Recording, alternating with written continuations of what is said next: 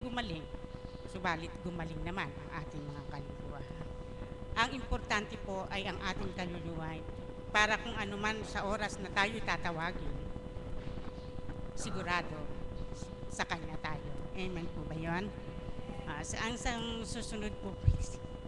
Ang susunod po na magbabahagi ay Mother of the House, si Mami Marisa.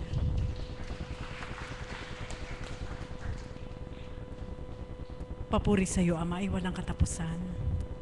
Muli sa araw na ito na pinahintulot mo, na muling maghayag ng iyong kabutihan at kadakilaan sa bawat araw. Na sa dako mong banal ay patuloy namin natatanggap at nararamdaman sa pamamagitan ng iyong kinalugdan ng aming mahal na Apo Kunching, na tuwiran mong ibinigay upang mabuksan ang aming diwa, matutunan ang iyong karunungan, at mapaglingkuran ka ng buong katapatan. Amen. Buhay po ba ang Diyos? Purihin, nainip po ba kayo? Nawa po, wag po kayong mainip. Ano po? Sapagkat sa bawat araw, sadyang kung atin pong bigyan ng halaga ang karampot na oras na inilalagi natin sa dakong ito, hindi po tayo nalulugi. Amen po ba yun? Bagkos, kung may puhunan ka man na karampot, sigurado tutubo ka ng higit pa sa puhunan. Buhay po ba ang Diyos? Habang ako po ay nakaupo ay nakamasid po ako kay kapatid na LP at kay Tita Agnes. Ibinalik tanaw lang bago po ako magbahagi, nais ko lang pong bigyan ng kaukulan na sabi ko nga sa inyo, sa unang paglilingkod po namin sa dakong ito nang kami tumira po sa dormitoryo, napakarami pong pinasilay ang Ama sa bawat isa po sa amin na magiging kaganapan sa dakong ito. At natuon nga po ang pansin ko po kay Tita Agnes na galing po sa ibayong dagat. Siya po ay foreigner na tinatawag natin. At isa po yan sa mga vision na ipinahayag sa bawat isa po ng mga alagad nung tumira po kami sa dormitoryo at sa pamamagitan din ng mahal na Apo na may mananahan. I-translate nyo po sa kanya, ano po? May mananahan na taga-ibayong dagat na tutungo sa dakong ito upang magpasalamat sa ating Panginoon. Sa una pong paglilingkod, marami po kami nasisilayan na tumutungo sa dakong ito. May Chinese, may Japanese, may Indian, Malaysian, at marami yung mga asawa ng mga tagasunod. Subalit siya po ay nanahan na sa bawat araw na sa internet po siya nakikinig sa kanila at tumutungo para magpasalamat sa ating Panginoon. Bakit ko po binigyan ng pansin yun? Sapagkat yan po ang katotohanan. Walang pinagkaiba doon sa tinuro ni kapatid na Josie. Kung nasilayan nyo daw po yung buwan nung Lunes ng gabi, nawa po ay magkaroon po kayo ng pagmimithi na isa kayo na mapaloob doon sa ring na nakapaikot doon sa buwan. Amen po ba yun? Buhay po ba ang Diyos? Alam nyo po, nang aking nakita ko po yun, vigil po kasi namin nung araw na yon. At paglabas po namin ng tahanan, napatingala po ako. At kung hindi po ako nagkakamali, mga 3 years ago, parang nasilayan din namin noon yun na nagkaroon ng ring, pero hindi ganun kalaki. Naalala niyo po nung mga panahon na yon na yung ring po na yon nung Lunes ng gabi is napakalaki na para siyang bahaghari na nakapaikot. At nabalik tanaw sa aking isip na nung nag-mission din po kami sa Ilocos noon, kasama ko sila Mami Beth noon, yung araw din po na nag-mission kami doon, na andon ang mahal na Apo sa gitnang dagat, yung sun din po ay may ring. Namin nakita, naalala niyo po yon? Yung nag-mission po sa Ilocos, may ring din po yung sun, na akala mo hindi magaganap dahil sa buwan lang nagaganap. Pero nung araw na yon, ang mahal na Apo ay nagme-mensahe sa dagat, yung araw po na yun ay nagkaroon ng napakalawak na ring. Amen po ba yon? Buhay po ba ang Diyos? Alam niyo po, ibibigay ko po yung pagninilay sa inyo nung makita ko po yun, na sabi nga, mababasa mo sa dyaryo, yung isang bituin na makinang doon ay isang planeta na nakapaloob doon sa ring na yun. Subalit sa aking pagninilay, sabi ko kay kapatid na Emma, pagmasdan mo kapatid ang buwan, sadya po ako makapangyarihan ng Diyos. Subalit kung ating kung bibigyan ng pagtutuon, doon sa nakasalikop ng ring, parang sa aking pagninilay, parang yun lang ang higit na kumikilala lang sa Diyos. Amen po ba yun? Amen po ba yun? Sapagkat nakapaloob, pinakita ng ating Panginoon na eto ako sa gitna. At ang lahat ng nais magpasakop sa akin ay mapapaloob sa ring na ito. at sa pamamagitan ng pagtanggap mo sa banal na Espiritu na sa panahon ngayon ay sa pangkatauhan nating mahal na Apo Kunching ay tuwira naghahayag ng katotohanan tungkol sa Diyos. Ang bawat kulay na masisilayan mo ay maaari magkaroon din ng kulay ang buhay mo kapag tinanggap mo ang Diyos na totoo. Buhay po ba ang Diyos? Amen po ba yon? Habang nagbabahagi po ang mga kapatid ko, nakakagalak po sapagkat lalo na po ng bahagi ni kapatid na Pearl na mayroon akong nakuha sa kanyang bahagi, yung paggamit po ng pangalan ng ating mahal na Apo Kunching. Dahil ang ating mahal na Apo Kunching ay tao po siya na ginagamit ng ating Panginoon, dinadaluyan ng kanyang katauhan upang magluwal ng ating salita. Kaya yung nakakonect po na Apo sa kanyang pangalan, kapag ginamit po natin yun doon sa mga bagay na pansarili lang, sadya pong hindi kalugod-lugod sa ating Panginoon. Amen po ba yun? Sapagkat sino ko po ba ang tatanggi sa isang Apo Kunching? Siyempre wala po. Subalit, kung ang mithiin lang po, hindi lang po mga alagad, kundi ang mga tagasunod or sino man, kung ang mithiin lang po ay may pansariling pangangailangan at gagamitin ang pangalan ng ating mahal na Apo Kunching, naway wag naman po. Amen po ba yun? Buhay po ba ang Diyos? Lalo na po sa pangungutang, bibigyan ko na po kayo ng babala sapagkat marami pong gumagamit ng pangalan po ng ating mahal na Apo Kunching. Sapagkat hindi lang po ngayon yan nagaganap.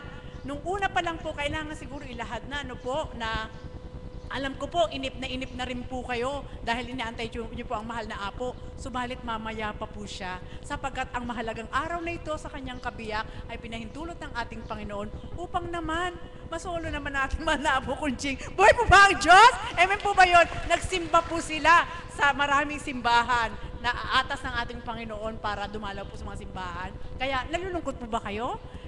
Wala lang ang katauhan, hindi nyo makita. Subalit may isa namang pinagalak ang kanyang kabiyak. Sapagkat ang bawat oras nating mahal na Apo Kunching, binibigay na sa ating lahat. Amen po ba yun? Kaya nawa po, nakaunawa kayong lahat. Subalit sa pakikinig nyo po, may mapupulot po kayo sa mga kapatid nagbahagi. Una po, nung unang paglilingkod, kailangan ko na rin po siguro ilahad habang wala ang mahal na Apo. May kaganapan po kasi noon na nung una po, ang mga pasyente may mga bilang. May mga bilang po, Kaya sa oras ng mga bilang po na yon, na nakahilera po yan, yung bilang. Subalit, dahil nga sa paglipas ng panahon, parang nagkakaroon din po ng gulangan sa pagbibilang eh. May nagpapareserve ng bilang. Amen po ba yon? Halimbawa, mauna yung kasama, tapos kukuha na ng 4 na bilang, ililista na yung pangalan, wala pa dito yung tao. Nakita po yun ng banal na Espiritu. Amen po ba yun? Marami po kayong matututunan ngayong araw na to. Kaya tinanggal po yun. Nasabi nga ni Father Jess, naalala ko noon, na kailangan pa bang may bilang kapag kilala mo ang Diyos? Siyempre, kailangan magparaya. Amen po ba yun? Kaya nawala na po yung bilang na yan. At dati po, marami po noong nagpapanggap na mga alagad na mayroon po silang mga sobre na dala-dala at pagdakay lumalabas kung saan-saan nangingilak at ginagamit po ang mahal na Apo. Subalit, kami po mga alagad, kilala po ng banal na Espiritu kung sino po yung totoong alagad. Kaya noon po, para nakapag-isip po kami bilang katauhan na magkakaroon kami ng ID. Alam ko po si kapatid na Maria inatasan noon, subalit hindi rin po nagkaroon ng kaganapan. At ngayon po muli, nung nasanambit nga po ni kapatid na Pearl, yung tungkol po sa paggamit ng pangalan ng mahal na Apo Kunching, nawa naman po, ito po ay hindi para sa ikasasama, kundi ito ay para po makaiwas po tayo doon sa, baka mamaya may tumungo sa tahanan ninyo na, si Apo Kunching, ganito, kailangan ng ganito, wag na wag po kayong magbibigay. Sapagkat wala pong uutusan at aatasan ang banal na Espiritu sa katauhan na ating mahal na Apo Kunching para mangilak. Buhay po ba ang Diyos? Ano lang po yun? Caution lang, babala lang po para sa lahat. At pangalawa po, lalong-lalong hindi po manghihingi ang kahit sino po sa amin. Ako bilang mother of the house, dahil noon po may nabalita na kawawa naman po kayong mga alagad sa dormitoryo kasi wala silang kulambo, wala silang kape, Hindi po totoo yun. Hindi po kami nawawalan. Buhay po ba ang Diyos? Amen po ba yun? Nililinaw ko lang po, sapagkat sabi nga, hindi bilang isang Apo Kunching ang magpapatotoo, kundi ang mga alagad na nakasila at nakadama ng katotohanan. At pangatlo po, syempre, naroon po yung kaukulan na sa aming paglilingkod po, na alam nyo naman po na walang bayad. Wala po kaming bayad. At kung halimbawa man po na sa puso nyo, may mga kaarawan na alam nyo sa mga alagad, syempre po yung sabi nga natin mahal na Apo Kunching at mag-iisang Apo Kunching, ano lang po yung paghahandog na bukal na binibigyan ng tao? Birthday, anibersaryo, at Pasko. Yung tatlo lang po na yan. Subalit, ang bawat paglilingkod po ng bawat isa ay walang kabayaran. Amen po ba yun? Buhay po ba ang Diyos? Naunawaan niyo po ba? O kahit po sa mga Facebook, huwag po kayong maniniwala na kung may halimbawa, may mag-chat po sa inyo na nangangailangan po si Apo Kunching ng ganito. Ito po ay paalala na rin po na ipinagkaloob ng ating Panginoon sapagkat nabanggit po kanina ni kapatid na Pearl na huwag nating gamitin, huwag nating i-overtake o overuse yung pangalan ni Apo Kunching bilang tao na para makapangilak, na para gamitin natin pampersonal, kundi alam ko po na ang nakaugnay sa ating mahal na Apo Kunching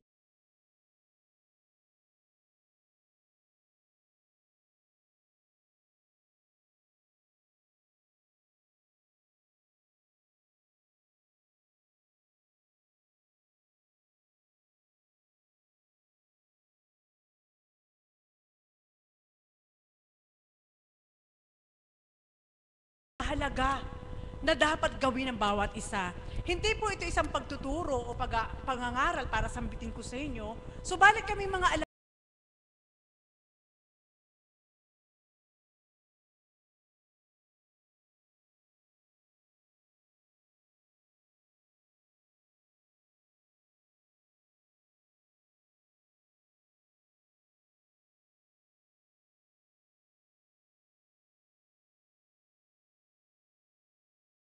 kanya pag nakakarakaraka ang nais mo, ikaw bigyan.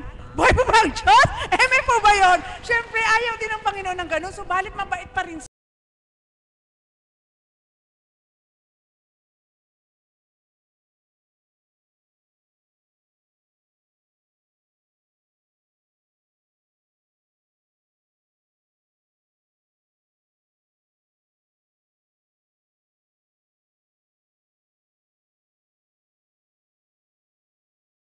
ng buhay, hindi naman siya ganun kabait.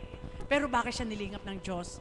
So sa isang tumatanggap ng kagalingan na mula sa Diyos, maaaring isipin niya na yun ay isang pagninilay na paraan ng Diyos. Sa kabila ng kanyang kasamaan, pinagaling siya dahil gusto ng Diyos na magbago siya. Buhay po ba ang Diyos? At minsan naman po, may isang tao, mabuti siya. Subalit sa tagal na humihingi siya, bakit ayaw pang ibigay ng Diyos? Sapagkat alam din ng Diyos na kung ibibigay niya yon, baka yun ang magiging daan, baka mahiwalay din sa Kanya. Vice versa lang po mga kapatid. Kung ating pagninilayan, ang ating Panginoon hindi pwedeng utusan. Buhay po ba ang Diyos? Amen po ba yun?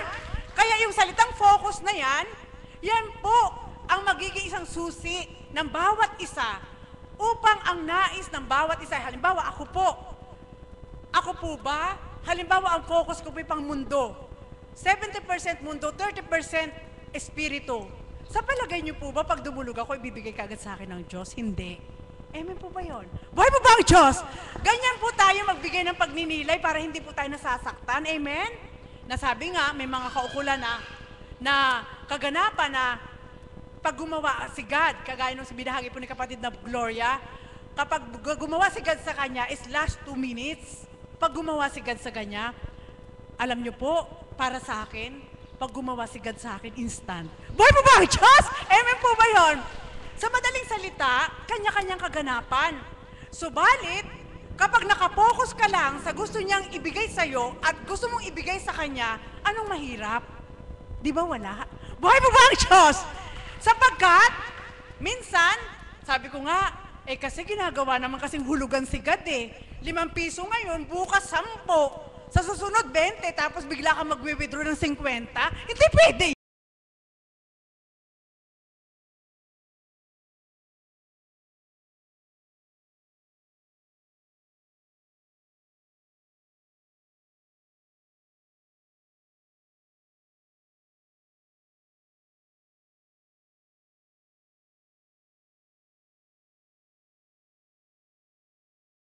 Ko po, alam mo, Mother, Nung una na ikaw ay naging mother of the house, pinagninilayan kita eh. Eh yan po, ibabahagi ko na Mami Beth, ano po, pinagkukwentuhan po namin yan, sapagkat kami pong mga alagad, kami lahat, alam po namin kung ano yung kakayahan namin bilang isang tao sa unang buhay. At alam din po namin kung ano yung kaukulan na hindi namin kayang gawin sa unang buhay. Subalit nang dahil may atas, napakarami pong pagbabago na alam po namin na hindi kami ang gumagawa, kundi ang Diyos sa pamamagitan ng Espiritu at sa katauhan nating mahal na Apo Kunching ang nagbibigay ng kaliwanagan upang magawa namin lahat ito. Amen po ba yun? Buhay po ba ang Diyos? Isasampul ko lang po. Uunahin ko po muna si Mami Beth. Ano po? Nang siya'y gumagawa ng libro, halo-halo na po ito, takda na po ito para ipaliwanag po namin sa inyo. Sapagkat sa bawat kaukulan po na paliwanag at pagpapahayag, makakapulot po kayo na hindi man kayo maging alagad, hindi man kayo maging isang lingkod, yung bilang tagasunod at bilang isang pasyente, kung ano yung minipitihin nyo, sigurado, hindi kayo bibiguin ng Diyos. Amen po ba yun? Buhay po ba ang Diyos? Nang si Mami Beth po ay gumagawa ng libro, hangang-hanga po kami sa kanya. Isipin niyo po, nakikipag-usap sa amin, nagtatype yung kamay niya. Samantala, nakatingin sa amin. Paano niya maitatype yun na hindi siya nakatingin doon sa mga numbers at sa mga letters na tinatype niya sa computer? Nakikipaghuntahan siya sa amin. Tapos pag bigla pagtingin ko sa kanya, may anino sa likod niya na nakasutana. Kaya doon po namin nakita na ang gumawa ng libro na yon ay ang Espiritu Santo. Buhay mo ba ang Diyos? Amen po ba yun? At yun po ang bawat kaganapan. Si Kuya Alan, kasi kaya ipapahayag ko po yan, magkakasama kami yan nakatira sa taas. Nung una pa lang po, magkasama kayo nakatira sa taas, si Kuya Alan lang. Kapag nagtitipa po yan, napakahusay po niya magtipa. Subalit, habang lumaon, lalo ng binindisyon ng mahal na Apo Kunching ang kanyang mga kamay, lalong humusay po siyang magtipa. Buhay po ba ang Diyos? Na makikita niyo rin, nakikinig siya ng awit ng banal na Espiritu, subalit ang kanyang, nakapikit po siya, ang kanyang kamay umaandar. Buhay po ba ang Diyos? Amen po ba yun? At marami pa ang mga inatasan, si Tita Dory, kung paano nagpapahayag po sa inyo ng kanyang karamdaman. Bakit nga hanggang ngayon buhay pa siya? Alam niyo po, tuwing na tumitindig siya, iniidolo po namin siya. Isipin niyo po yung 13 taon na siya buhay ng ating Panginoon sa pamamagitan ng Espiritu. Negative na ang kanyang dugo. Buhay pa rin. Buhay pa ba ang Diyos? Yun po ang mga kaganapan na patutuo. At yun nga, sabi ni Mami Beth, sabi niya, alam mo Mother, dati, pinagninilayan kita eh. Paano mo nagagampanan yung atas mo sa'yo? Eh kahit ka ako, hindi ko rin alam. May po ba yun? Sapagkat sa unang buhay, sasabihin ko po sa inyo, bilang isang alagad, yung first 3 years na yun, ang dami kong tanong. Kahit alam ko na ang Diyos ang pinaglilingkuran ko, subalit hindi ganun kalalim. Ang dami kong tanong. Sabi ko sa Diyos, bakit ako? Ang dami naman dyan. Bakit kailangan ako? Alam niyo po, kailan lang yan sinagot sa akin. Nung siguro ako'y nasa 5 years na ng paglilingkod, doon na po ako napanatag. Sapagkat ang ating Panginoon, nakita ko kung ano yung gusto niya ipahiwatig sa akin. Doon sa kahinaan mo, siya ang kalakasan mo. Buhay mo ba ang Diyos? Amen po ba yun? At sa hindi mo kaya, siya ang kakaya. At sa mga bagay na hindi mo kayang ibigay, siya ang magbibigay. Amen po ba yun? Buhay po ba ang Diyos? At yan po, kailangan focus po tayo. Sapagkat, kagaya po itong bata na ito, simula nang dumating ito sa buhay ko, 2010, 4 years na po ako naglilingkod. Dumating buhay, yung bata. At naranasan ko po sa loob ng 3 buwan, hindi ako natutulog ng gabi. Subalit sa kabila po na yon, naroon po yung kaukulang nasa kong maglingkod. Kahit hindi po ako natutulog sa gabi, bakit ako nakakahakbang sa umaga para maglingkod at mayroon akong lakas? Yun ay isang patutuo lang ng ating Panginoon na hindi akong tumutupad. Amen po ba yun? Buhay po ba ang Diyos? Bakit ko po ito binahagi sa inyo? Kagaya po, may mga karamdaman po kayo. Kung focus po kayo sa Diyos, na tinatanggap niyo po siya sa inyong mga buhay, yung karamdaman niyo po na yan, hindi niyo mararamdaman na masakit. Buhay po ba ang Diyos? Dahil mayroon po kayong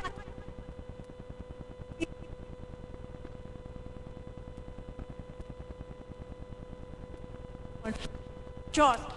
Kaya, sa madaling salita po, Bawat araw, itong aking alaga na ito, kahit makulit po yan, siya po ay isang buhay na patutuo sa lahat ng hiwaga ng Diyos na aking pinaglilingkuran. Buhay po bang Diyos? Nung una pa lang po ito, halos buwan-buwan na sa hospital po kami. Buwan-buwan po kami nang ito ay lumalaki. Subalit nang dahil sa pamagitan ating mahal na Apo Kunching, binindisyonan po niya ako, pasubalik ko sa'yo, huwag kang malumbay. Pinatupad at pinagaganap ko ito sa'yo hindi dahil hindi kita mahal, kundi may nais ako ipahiwatig sa'yo na kapag nakda ko sa 3 taon ng kanyang edad, manakanaka, kunting sa karamdaman lang ang kanya mararamdaman. At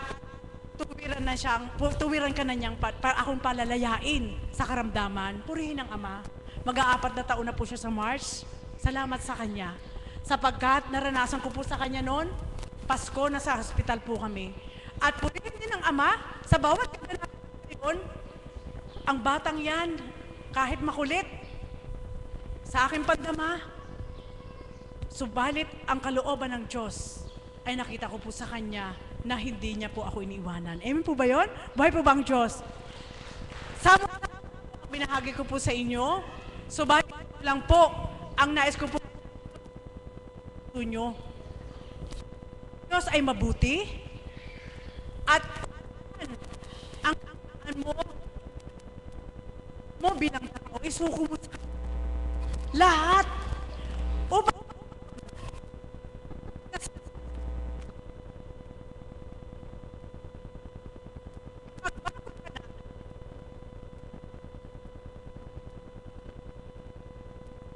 hindi na mahahawaan pa yung kung ano pa yung luma sa katawan mo.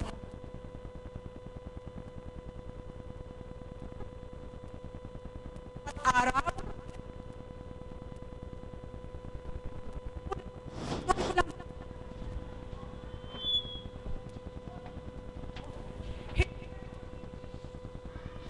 sa inyo, kundi tunay na kaganapan sa ating buhay. Sa ating Panginoon, napakabuti mo na kapag nakapokus ka na sa ating Panginoon, kailangan isang tabi mo ang sarili mo. Amen po ba yun? Kailangan, ibibigyan ko lang po kayo ng simpleng sample. Halimbawa po, bilang isang katauhan, mayroon kang karampot na salapi. Karampot lang na salapi. At sa katauhan mo, bilang ikaw, ang mithi mo, wag mo na yung bitawan. Dahil karampot lang eh. Bilang tao ka, sasabihin mo, ipamimigay ko pa ba ito? Sayang naman. Samantalang kailangan ko rin. Magdilay po kayo sapagkat ito po ang hindi maunawa.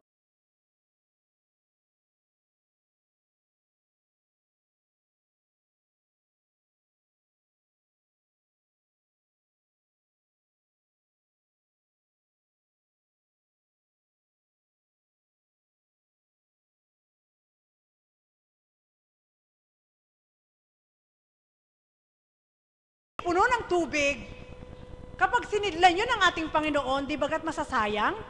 Amen. Masasayang lang.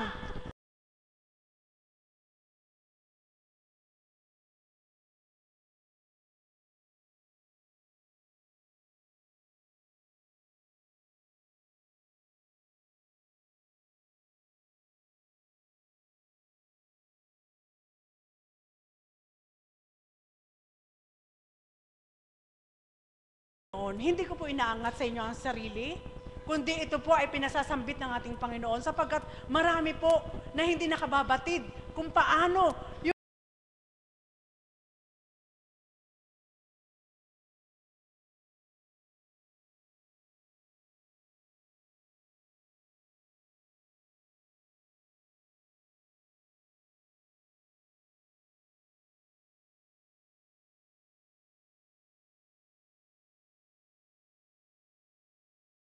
sisigawan ko po, ang Diyos sa akin ay laging instant.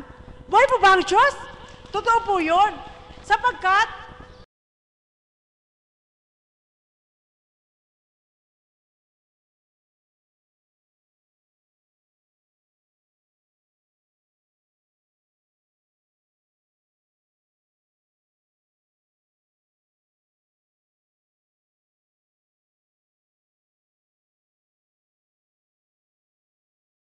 isang beses.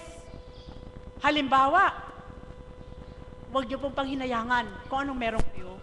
Huwag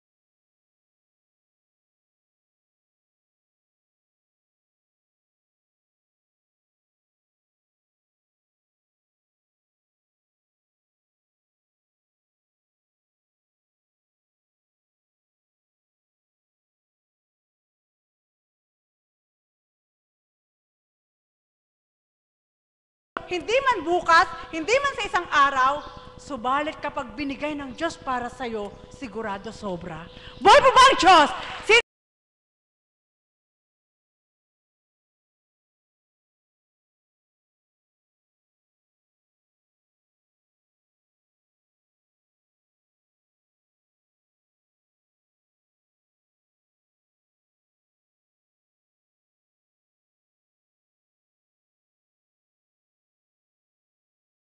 Alam niyo po, kapag wala nang laman ang wallet ko, itinataas ko sa Kanya. Ama, alam mo ang katotohanan kung saan niyo napunta.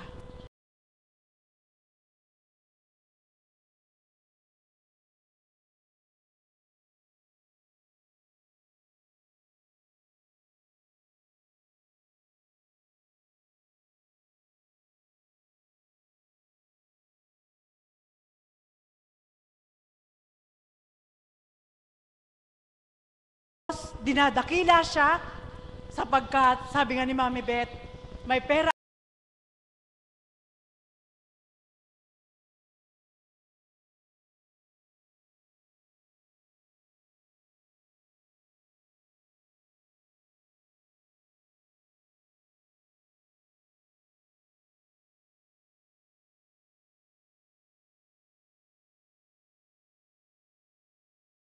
Ang Diyos. At isasample ko lang po sa inyo. Sabi nga, huwag tayong mahirati sa mga material na bagay. Subalit minsan ang material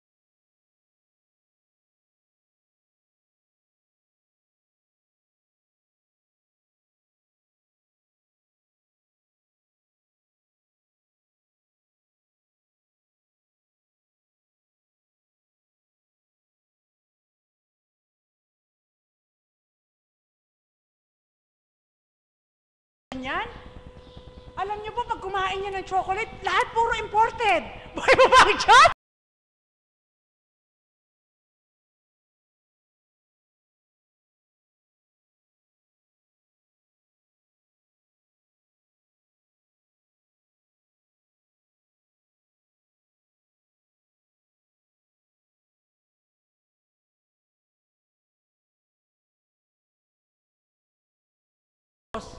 Hindi lang isang tubleron, basket pang chocolate. Buhay mo ba?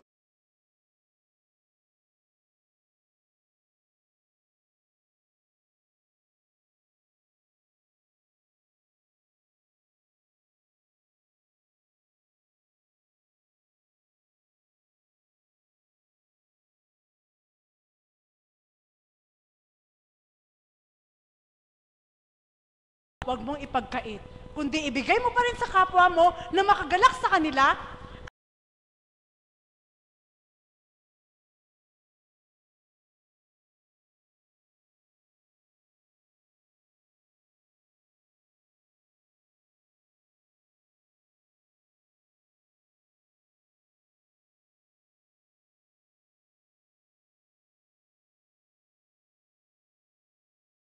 Karapatan na magreklamo. Bakit? Sapagkat, sino ang magiging laban?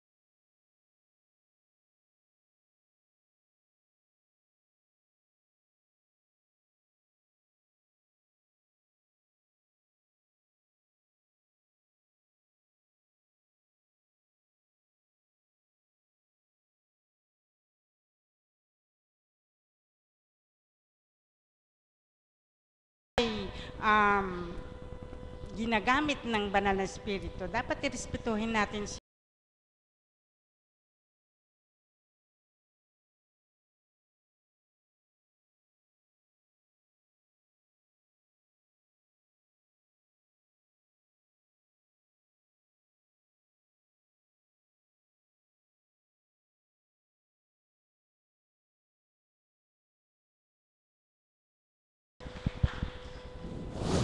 Salamat po aming dakilang Ama na muli ay ibinigay mo ang pagkakataon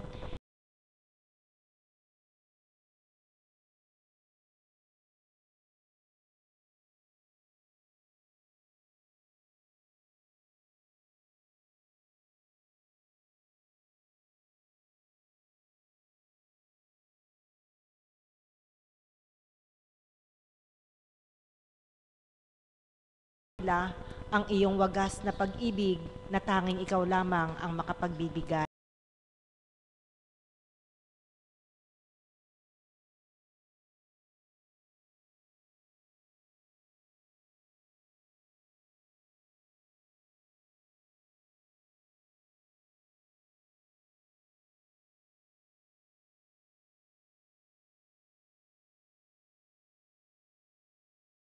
Sa mga alagad ay mapatotohanan na ang Diyos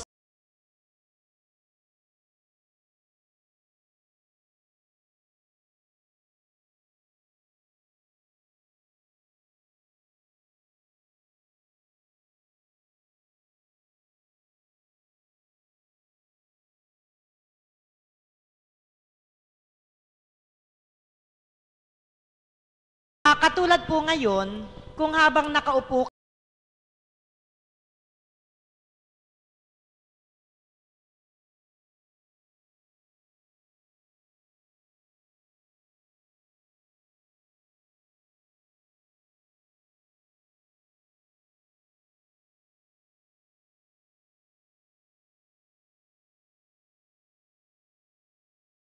on.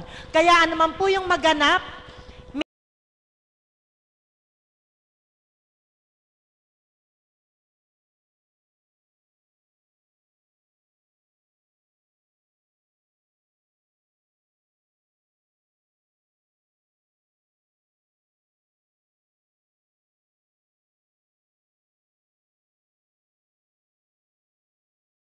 nakaupo, maraming mga bagay na gumugulo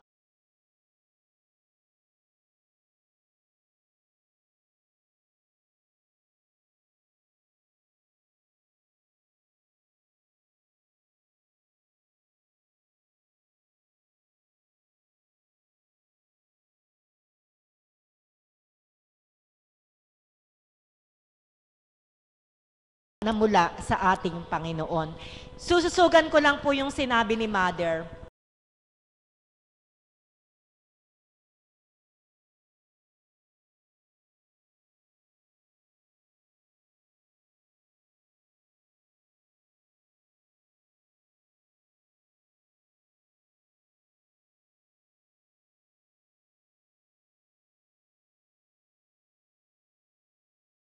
Panginoon sa inyo. Meron ba kayong nadarama na kayo tinatawagan ng Panginoon upang ipadama sa inyo?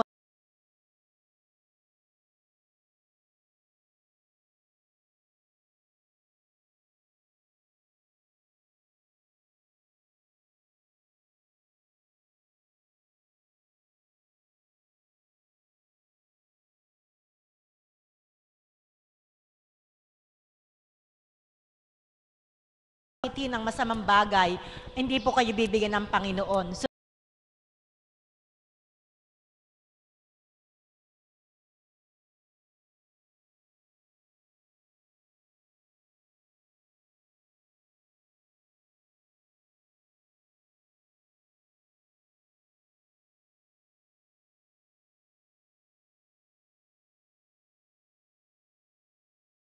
isip